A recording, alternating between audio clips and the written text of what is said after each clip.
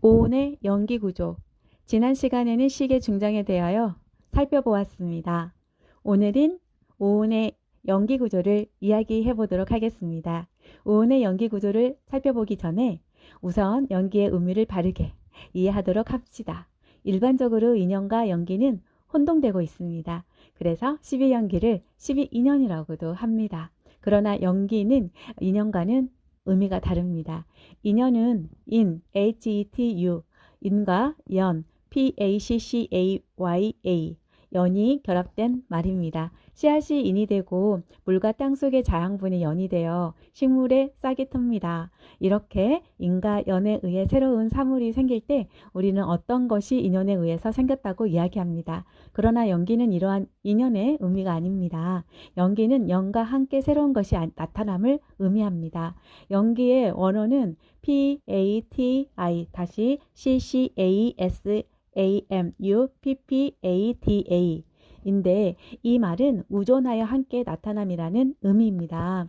어떤 것에 의존하여 이와 함께 새로운 것이 나타난다는 뜻이 연기입니다. 그러니까 어떤 것이 인과 연에 의해 새로 생기는 것을 인연에 의해 생겼다고 하고, 우리의 마음에서 허망한 생각이 꼬리를 물고 함께 나타나는 것을 연기했다고 하는 것입니다. 식의 증장을 통해서 새롭게 구성되는 오온은 이와 같은 연기의 구조를 가지고 있습니다. 오온의 성립을 이야기하면서 살펴본 잡아함 214경은 오온의 연기 구조를 보여주고 있습니다. 이 경을 다시 인용하겠습니다. 안과 색을 의존하여 안식이 생긴다. 안은 무상하고 유의이며 마음에 의존하여 생긴 것이다. 색과 안식도 무상하고 유의이며 마음에 의존하여 생긴 것이다. 이 세 법의 합이 촉이다. 촉이 생기면 느낌, 즉 수가 생기고, 수가 생기면 사유, 즉 상이 생기고, 상이 생기면 의도, 즉 사가 생긴다. 이 경에서는 12이처와 육식이 모두 마음에 의지해서 생긴 것이라고 이야기하고 있습니다. 그러니까 12이처와 육식은 마음에서 연기한 것입니다. 촉은 이렇게 연기하여 허망한 생각이 하합한 상태입니다. 즉 육식이 육내 입처를 자신의 존재로 느끼고 육의 입처를 애부의 사물로 느끼는 허망한 생각이 촉입니다. 이 허망한 생각인 촉에 의존하여 애부의 사물로 느낀 육의 입처에 대하여 고락의 감정이 나타납니다. 그러니까 수는 촉에 의존하여 연기한 것입니다. 촉에서 수가 연기하면 수에 의존하여 애부의 사물로 느껴진 대상을 상대로 비교하고 추상하는 사유작용이 나타납니다. 그리고 사유작용에 의존하여 애부의 대상의 욕구를 가지고 의도하게 됩니다. 이렇게 오온의 진료가 되는 12이처, 육식, 초, 수, 상, 사는 마음에서 연기하고 있습니다. 이것이 오온의 실상입니다. 오온은 이렇게 연기하고 있는 허망한 의식들입니다. 그런데 중생들은 이것이 연기한 허망한 생각인 줄을 모르기 때문에 이들을 통일적으로 구성하여 존재로 객관화시킵니다. 그러면 오온이 됩니다. 중생들은 이렇게 존재하된 오온이 연기한 허망한 생각인 줄을 모르고 동일성을 지닌 존재라고 생각합니다. 부처님은 이러한 중생들의 착각을 깨우치기 위해서 전에 살펴본 바와 같이 오온이 식의 중장을 통해 새롭게 구성되고 있음을 보여주고 있습니다. 즉 식의 중장은 오온이 연기하고 있음을 보여주기 위해 이야기한 것입니다.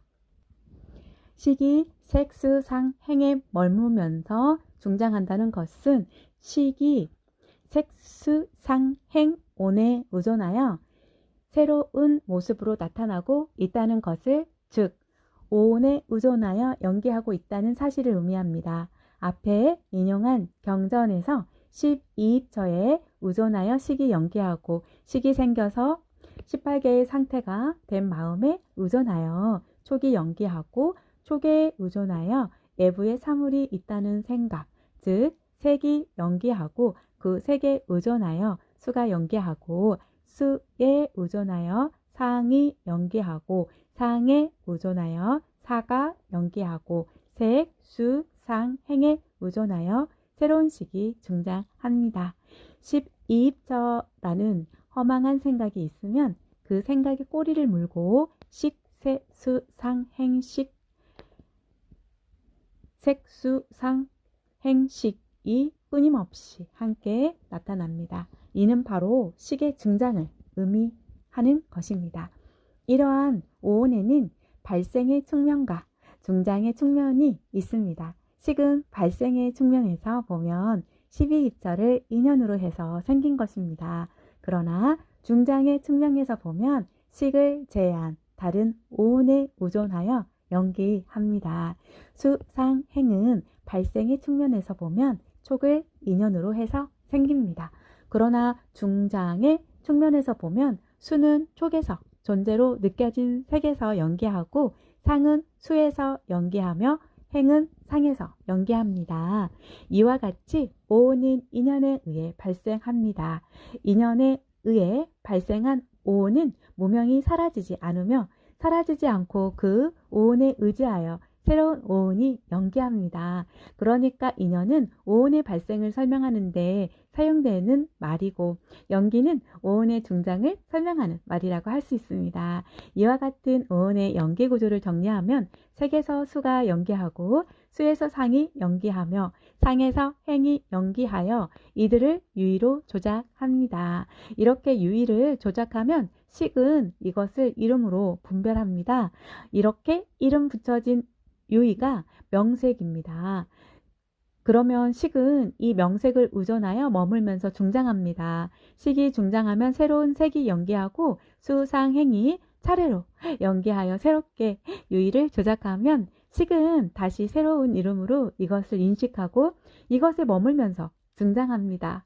그러니까 오온의 연기 구조를 보다 간단히 정리하면 식에서 명색이 연기하고 명색에서 중장한 식이 연기하고 중장한 식에 의존하여 새로운 명색이 연기한다고 할 수 있습니다.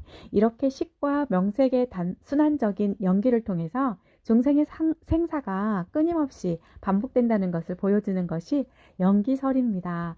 자바함 288경은 식과 명색의 순환적 연기가 어떻게 생사의 모습으로 나타나는가를 잘 보여주고 있습니다. 이 경은 사리불과 마하구치라의 문답을 기록한 것인데 그 내용을 간단히 정리하면 다음과 같습니다. 노사는 생에 의존하여 나타난 것이다. 이와 같이 생, 유, 취, 외, 수, 촉, 유깁처, 명색은 식에 의존하여 나타난 것이다. 식, 온, 명색에 의존하여 나타난 것이다. 존자 사리불이 존자 마하구치라에게 물었다. 앞에서는 명색이 식에 의존하여 생겼다고 하고서 이번에는 다시 명색이 식의 연이라고 하시는데 이것은 어떠한 의미가 있습니까? 존자 마하구치라가 대답했다. 이번에는 비유로 이야기하겠다. 세 개의 갈대를 땅 위에 세우면 서로 의지하여 살 수가 있으나 하나를 제거하면 나머지 둘이 서로 설 수 없고 둘을 제거하면 하나가 설 수 없는 것과 같다. 이들은 서로 의지함으로써 서 있을 수 있다. 식이 명색을 의존하는 것도 이와 같다. 서로 의지하여 살면서 자라난다. 이 경에서는 구체적으로 식과 명색의 순환적 연기를 모습을 보여주지는 않고 있지만 마지막에 서로 의지하면서 자라난다는 말은 곧 명색에 의존하는 식의 등장을 의미하는 것입니다. 다시 말해서 이 경은 식과 명색의 순환적 연기에 의해서 유깁처에서 노사에 이르는 연기가 이루어진다는 사실을 보여준다고 할 수 있습니다. 앞서 오온에는 발생의 측면과 중장의 측면이 있다고 말씀드렸는데 이 경의 연기설은 이 두 가지 측면을 결합한 것입니다. 이 경에서 식과 명색의 순환적 연기는 오온의 중장 구조를 보여주고 유깁처에서 촉수의 치, 유까지는 오온의 발생 측면을 보여준다고 할 수 있습니다. 그러니까 식이 명색에 의존하면서 등장하는 가운데 유깁처에서 새롭게 발생한 촉에 의해 수, 상, 사가 발생하면 애탐하는 것을 취하여 유, 즉 새로운 오온을 구성함으로써 생, 노사에 괴로움이 생긴다는 이치에 대해 이 경은 이야기하고 있는 것입니다. 이것이 오온을 자기 존재로 취하여 살아가는 중생의 삶의 모습입니다. 부처님은 출가하여 수행하면서 자신의 삶이 이렇게 식과 명색의 순환적 연기 구조 속에 있음을 자각했습니다. 그래서 식과 명색의 순환적 연기는 무엇 때문에 그치지 않고 계속되는가를 생각했습니다. 그 결과 식과 명색이 행에 의해 조작된 유의임을 깨달았고, 이와 같은 유의를 조작하는 행은 일체의 법이 연기한다는 사실에 대한 무지에서 비롯되고 있음을 깨달았던 것입니다. 이와 같이 12연기는 오온의 구조를 지닌 중생의 삶의 구조를 보여줌과 동시에 그 근원이 무명과 행임을 밝히고 있습니다. 따라서 12연기는 이제 무명을 멸하는 새로운 구조를 갖게 됩니다. 12연기에 유전문과 환멸문이 있는 것은 이런 연유에서 입니다. 지금까지 살펴본 바와 같이 12연기는 오온의 구조로 살아가는 중생의 삶의 구조를 밝힌 것입니다. 부처님은 이러한 중생의 삶의 구조를 우리에게 깨닫게 하기 위해서 12위처, 18개, 6개, 오온 등의 교리를 설하신 것입니다. 저는 지금까지 오온은 중생의 구조라고 이야기했습니다. 그러나 보다 자세히 이야기한다면 중생의 구조는 오온이 아니라 온치온입니다. 이제 오온과 오치온은 어떻게 다른가를 살펴보도록 하겠습니다. 오온과 오치온의 차이에 대해서 자바함 58경에서는 다음과 같이 이야기합니다. 세존께서 비구에게 이르셨다. 오온이 곧 오치온은 아니다. 그렇다고 오온과 오치온이 다른 것도 아니다. 오온에 욕탐이 있으면 이것이 오치온이다. 이 경에서 부처님이 말씀하시는 욕탐이 있는 오치온은 구체적으로 어떤 것일까요? 12연기에서 예를 연하여 나타난다고 하는 치와 오치온의 치는 모두 UPADANA를 번역한 말입니다. UPADANA에는 연로의 뜻이 있습니다. 불이 꺼지지 않고 타기 위해서는 연료가 있어야 합니다. 즉 불이 타는 작용을 지속시키는 것이 연료입니다. 이렇게 연료가 불이 타는 작용을 지속시켜서